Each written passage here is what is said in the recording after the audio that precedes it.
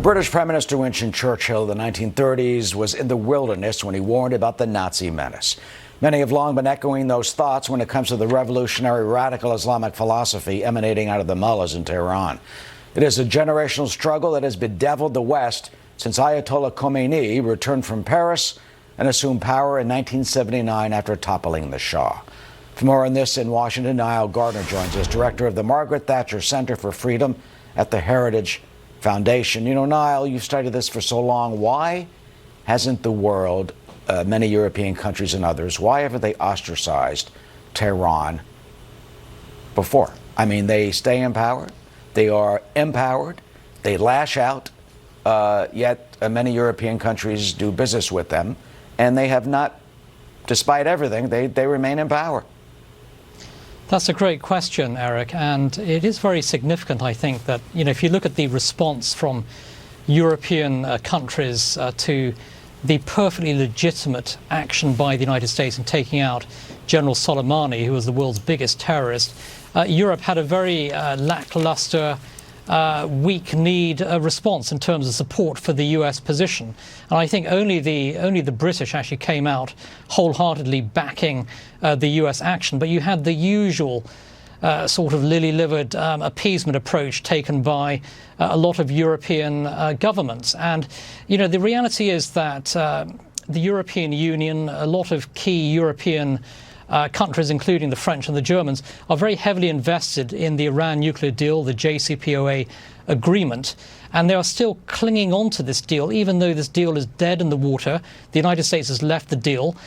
Even the Iranians themselves are walking away from the Iran nuclear agreement, yet the Europeans still revere it as a great sort of sacred text. And it says a lot about the European mentality at the moment on the Iran front.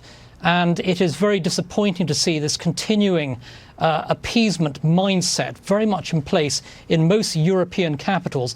And I think a big part of that as well is the economic interests, of course, that countries such as Germany, Germany, France, Italy, and others have actually in Iran.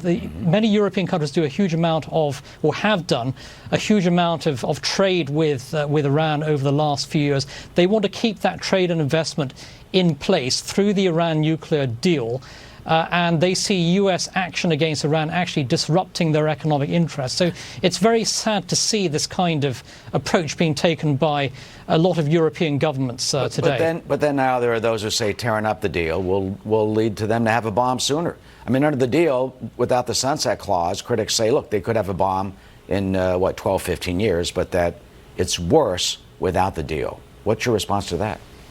Well, I would say that the Iran nuclear agreement basically guarantees that Iran will end up as a nuclear power once the sunset clauses are in place. There's no long-term strategy here to prevent Iran from becoming a nuclear weapons power, which of course is Iran's ambition.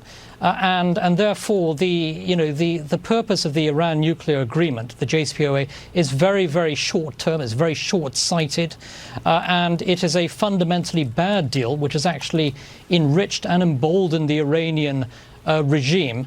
And therefore, I think President Trump was absolutely right to take the United States outside of a deal that President Obama signed up to, very recklessly, a deal that was not agreed to by the United States Congress. And the Iran nuclear deal, I think, has been an unmitigated disaster. I think one of the worst agreements ever negotiated in modern times. And it's absolutely right that the United States has walked away from the deal. I think the British government at this time is also reconsidering its position with regard to the JCPOA. And you could see the UK and the Brexit era walking away as well from the Iran nuclear deal. But all intents and purposes, this deal is finished. And we have to look at a new deal that should be put in place, one that will hold the Iranian regime to account and ensure that Iran never becomes a nuclear weapons power. We must do everything possible to prevent Iran from becoming a sort of Islamist version of North Korea. That would be a deadly menace to the entire free world. And we certainly saw what happened tonight. Nile Gardiner, Margaret Thatcher, fellow at the Heritage Foundation. Always terrific to talk to you, Nile. Thank you for your insight. My pleasure. Thank you very much, Eric. And thank you for being with us. We'll have